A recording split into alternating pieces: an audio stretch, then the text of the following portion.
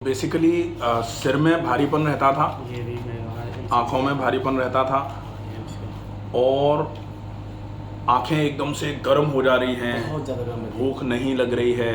लेकिन चूंकि दर्द सिर में है इसलिए हमने जनरली केवल सिर को दिखाने की कोशिश करी कि सिर में दर्द है, सिर में दर्द है। ये दर्द सिर में है, इस चीज़ को समझने के लिए ये जानना बहुत ज़रूरी है कि सिर के दर्द के कारण तो कई हो सकते हैं। जैसे सिर के दर्द के लिए अपन ने MRI करा ली, CT स्कैन करा लिया और सिर की जांचें करा ली, तो सिर में दर्द का एक कारण तो यहाँ अगर मान लो कोई समस्या हो जाए तो सिर में दर्द होता है। लेकिन कभी कभी सिर में इसलिए भी दर्द होता है कि आंखें कमज़ोर हो गई हैं, चश्मा लगवाना पड़ता है उसके लिए। कभी कभी सिर में दर्द इसलिए भी होता है कि नींद नहीं आ रही है, और कभी कभी सिर में दर्द इसलिए भी होता है कि पेट में कोई गड़बड़ी है। अब अपने क्या हो रहा है कि भूख नहीं लग रही, पेट में जलन हो रही है, खाना खाते ही पेट भारी हो जा रहा है और साथ में सिर में दर्द हो रहा है, तो पेट और सिर कनेक्टेड हो गए ना कि भाई सिर के दर्द का कारण कहीं ना कहीं पेट भी हो सकता है। इस पर फोकस किया जाना चाहिए था, जो लेटर ऑन बहुत लंबे समय के बाद किया गया, जिसमें आपको डिस्पेप्सिया और कॉन्स्टिपेशन दो चीज़ें यहाँ लिख के दी गई, फिर ट्रीटमेंट भी किया इसका थोड़ा सा। ये ट्रीटमेंट इस्तेमाल नहीं किया अभी। अच्छा, ट्रीटमेंट ये वाला, हाँ। तो इन्होंने तो जो अपन जैसे यहाँ एम्स में गए थे पहले, सिर को दिखाते रहे, सिर के हिसाब से ट्रीटमेंट लेते रहे, सिर की जांचें कराते रहे, कुछ नहीं आया, कुछ आराम नहीं हुआ।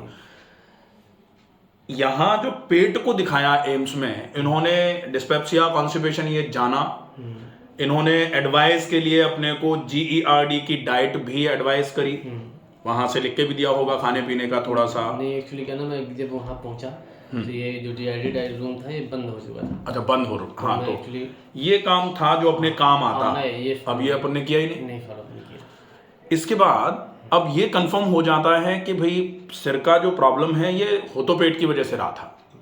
अपने यहाँ जाते, ये ट्रीटमेंट करते, फिर थोड़ा आराम होता या नहीं होता, फिर दोबारा जाते तो वो एक जांच करते जिसको एंडोस्कोपी बोला जाता है। एंडोस्कोपी का मतलब होता है कि एक कैमरा मुंह में डाला जाता है एक पाइप के थ्रू, और उस कैमरे से पूरे के पूरे आमाशय के अंदर की स्थिति देखी जाती है। सोनोग्राफी करते हैं हम, ऊपर से देखते हैं, अंदर तो नहीं देख पा रहे।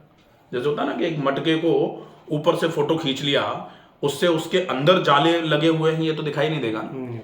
अंदर जाले लगे हैं कब दिखाई देगा? जब मटके के मुंह में से होते हुए कैमरा डालो और उस कैमरे में ऐसे करके एक पाइप निकाल करके कंप्यूटर पे देखें, लैपटॉप पे देखें कहीं, तो वो कैमरा अंदर क्या है वो इधर दिखाई देगा।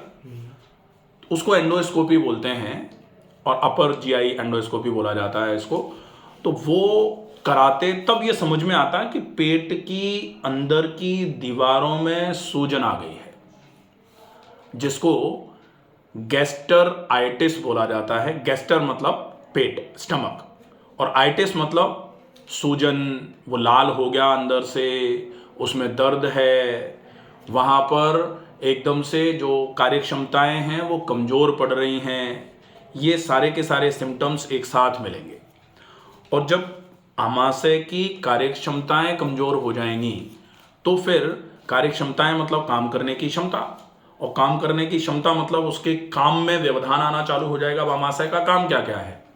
आमाशय का काम है खाने को रिटेन करना, आपको भूख ही नहीं लगेगी, ठीक है। फिर जैसे ही खाना आमाशय में पहुंचेगा, आमाशय कुछ रस निकालता है जो उस खाने को पचाने का काम करते हैं। रस निकलेंगे ही नहीं तो खाना पचेगा ही नहीं।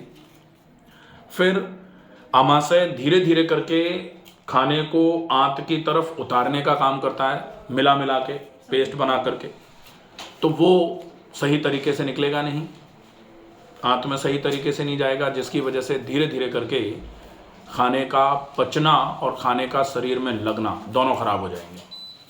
अब खाना शरीर में लगेगा नहीं तो फिर एक तो पचेगा नहीं, उसकी वजह से पेट में फुलावट, पेट में गैस, एसिडिटी, पेट फूलेगा तो सीने में भारीपन, सीना भारी होगा तो गर्दन में भारीपन, सीना और गर्दन भारी होगा तो सिर में दर्द, गर्दन में दर्द, ये सब आना चालू हो जाएगा। इसके बाद अब खाना पचने के बाद फिर शरीर में लगेगा भी नहीं, पच नहीं रहा तो लगेगा नहीं।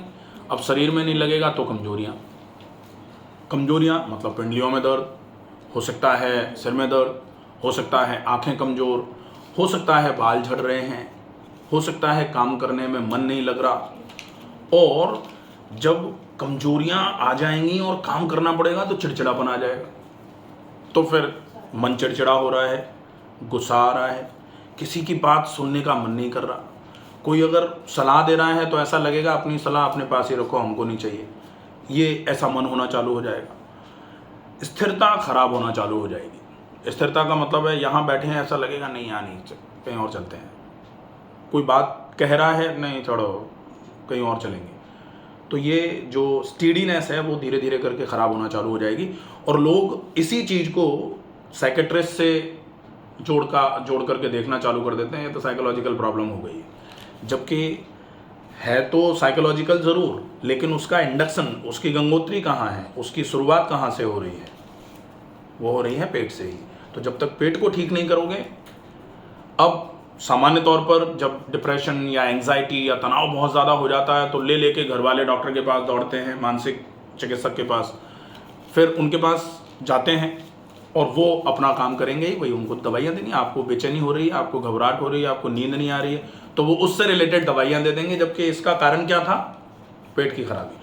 तो जब तक हम कारण को नहीं ख़त्म करेंगे तब तक कारण की वजह से उपजते हुए रोग जो हैं वो ठीक नहीं होंगे, ये तो कंफर्म है, ये तो सबको पता है। हाँ भाई, किसी भी चीज़ का एक कारण जब होता है, उस कारण को ठीक किए बिना क्या रोग को ठीक किया जा सकता है? क्या रोग को नहीं, क्या उस समस्या को ठीक किया जा सकता है अगर कारण नहीं खत्म करेंगे? बिल्कुल नहीं। हाँ, ये सब जानते हैं कि जड़ को ख़त्म करने से ही पेड़ जड़ से ख़त्म होता है, और अगर टहनियों को ख़त्म कर दो तो पेड़ की जड़ जब तक सुरक्षित है तब तक पेड़ केवल घना होगा, ख़त्म नहीं होगा।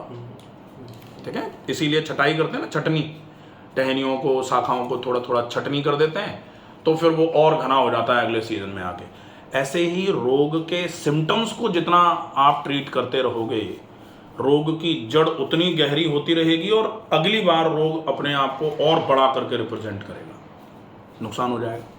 ठीक है, इसलिए ये जानना बहुत आवश्यक है कि रोग की जड़ आखिर कहाँ है। अब रोग की शाखाएं तो हमने समझ ली कि नींद नहीं आ रही हमको तनाव लगता है, हमारे आंखों में जलन हो रही है, लेकिन इसकी जो जड़ है वो कहाँ है? वो पेट में है। पेट में भी क्या हुआ है? पेट में सूजन आ गई है, गैस्ट्राइटिस हो गई है। इलाज बहुत सिंपल सा है, जिसको अपन ने किया भी। अपन कह रहे थे ना कि किसी आयुर्वेद वाले वैद्य जी के पास गए थे, उन्होंने हमको कहा कि भाई आप केवल जूस ले लो, आप केवल फल खा लो। तो जब हल्का खाओगे तो अमाशय की कार्यक्षमता कम हो रही थी ना, अपन ने कहा ना कि गैस्ट्राइटिस, अमाशय में इन्फ्लेमेशन, और इन्फ्लेमेशन का एक साइन कार्यक्षमता की कमी। अब अमाशय का ही तो काम है पचाना, आप पाचन में भारी चीजें खा के छोड़ दो, पहले ही कार्यक्षमता कमजोर थी, भारी को तो पचाने के लिए और ज्यादा काम करना पड़ता है, कैसे करेगा बेचारा। तो गैस्ट्राइटिस के केस में पूड़ियाँ खा लो, गैस्ट्राइटिस के केस में लच्छे पराठे खा लो, गैस्ट्राइटिस के केस में छोले, राजमा, पनीर, दावत, शादियाँ, पार्टीज, ये करेंगे तो फिर गैस्ट्राइटिस तो कभी ठीक नहीं होगा। और जो लोग ये सोचते हैं कि दवाइयाँ खा करके हम ये सब करते रहेंगे और हम ठीक हो जाएंगे, भ्रम जरूर हो सकता है, लेकिन ये सत्यता तो नहीं हो सकती।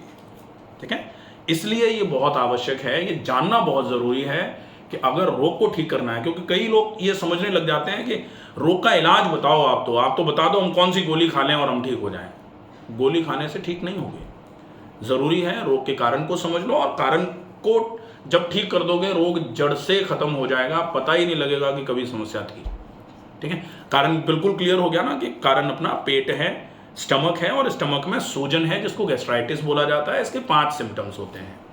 तो 5 सिम्टम्स जो आ रहे हैं, इन सिम्टम्स में अगर आराम चाहिए तो फिर आपको सबसे पहले नंबर पर जो आमाशय की कार्यक्षमता कमजोर पड़ रही है, मतलब पचाने की क्षमता कमजोर हुई है, तो सबसे पहला काम क्या करना है कि ऐसा खाना खाओ, क्योंकि हम खाना नहीं खाएं ये तो हो नहीं सकता। खाना नहीं खाएंगे तो शरीर को आराम तो मिलेगा, पाचन तंत्र को आराम तो मिलेगा कि भाई खाने नहीं खा रहे तो पचाने की झंझट ही नहीं है, लेकिन आपके शरीर में देखना, सुनना, बोलना, थोड़ा बहुत हार्ट काम कर रहा है, किडनी, ये तो बिना किए पूरे दिन आराम करोगे तो भी हार्ट तो चलेगा ही, तो भी किडनी तो चलेगी ही, तो भी सांस तो भरोगे ही। तो इसके लिए जो ऊर्जा की आवश्यकता होती है, कम से कम उतनी ऊर्जा तो लेनी होती है। अब उतनी ऊर्जा तो आपको लेनी ही पड़ेगी, और वो कैसी ऊर्जा लो? वो वैसी होनी चाहिए जो बहुत आसानी से पच जाए। तो सुपाच्य भोजन अगर करना चालू कर दोगे तो आप जड़ पर वार कर रहे हो। जड़ पर पहली कुल्हाड़ी क्या है? आप हल्का खाना खाना चालू कर दो। जैसे ही हल्का खाना खाना चालू करोगे, आमाशय की कार्यक्षमताएं कमजोर हैं, लेकिन जल्दी पचने वाले खाने को तो वो पचा सकती हैं, तो ऊर्जा भी मिलेगी और आराम भी मिलेगा। पाचन तंत्र को आराम मिलेगा तो पाचन तंत्र अपनी क्षमताएं भी बढ़ाने का काम करेगा और अपने रोगों को दूर करने का काम करेगा। और जो ऊर्जा की कमी हो रही थी, क्योंकि हम बादाम खा रहे हैं, बादाम का हलवा खा रहे हैं, पच तो रहा नहीं, उससे ऊर्जा तो मिलनी नहीं है। इसके बदले में हमने क्या लिया? हमने ले लिया मुनक्के का पानी, हमने खा लिया दही और खिचड़ी बिल्कुल पतली सी करके, या फिर हमने फल खा लिए जो सीजनल आते हैं। खट्टे, ज़्यादा खट्टे फलों का उपयोग नहीं कर सकते। तो इससे जल्दी पचेगा, ऊर्जा मिलेगी, आराम भी मिलेगा पाचन तंत्र को, और पाचन तंत्र अपने आप को ठीक करना भी चालू कर देगा। तो ये तो कंफर्म है कि हम जड़ समझ गए हैं, समझ में आ गया। हार्ट में कोई बीमारी नहीं है। जनरली क्या होता है, ऐसी केस में जब बेचैनी घबराहट होती है तो लोग तुरंत दौड़ते हैं कार्डियोलॉजिस्ट के पास। जब नींद नहीं आ रही है, तनाव हो जाता है, तो तुरंत दौड़ते हैं साइकेट्रिस्ट के पास। जब सिर में दर्द हो रहा है, एकदम से सिर भारी भारी लग रहा है, तुरंत दौड़ते हैं न्यूरोलॉजिस्ट के पास। लेकिन ये सब क्यों? ये सब क्या है? ये शाखाएं हैं। इसकी जड़ कहाँ है? पेट में है, गैस्ट्राइटिस है। अब हम गैस्ट्राइटिस को ट्रीट कैसे कर सकते हैं? बहुत सिंपल से तरीके हैं। आप सही तरीके से फॉलो कर लो, बिल्कुल खत्म हो जाएगी, कोई इशू नहीं। ठीक है, तो इसके लिए अब हम देखेंगे कि गैस्ट्राइटिस को किस तरीके से ठीक किया जा सकता है, किन किन बातों पर गैस्ट्राइटिस के लिए फोकस करना है। ठीक है, ये नेक्स्ट में देखते हैं, फिर पूरा करते हैं। हाँ।